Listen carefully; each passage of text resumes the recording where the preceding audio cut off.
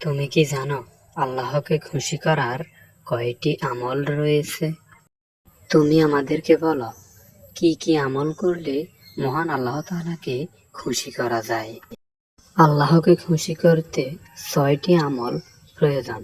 যেমন 1 নাম্বার, প্রতিদিন অন্তত একবার আস্তাগফিরুল্লাহ বলা।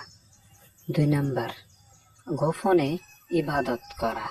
3 নাম্বার, দান করা হাসি মুখে। 4 নাম্বার, মানুষকে কষ্ট না দেওয়া। 5 নাম্বার, নামাজ ঠিক সময় পড়লে আল্লাহ তাআলা খুশি হন। 6 নাম্বার, অভিমান নয়, ক্ষমা করা।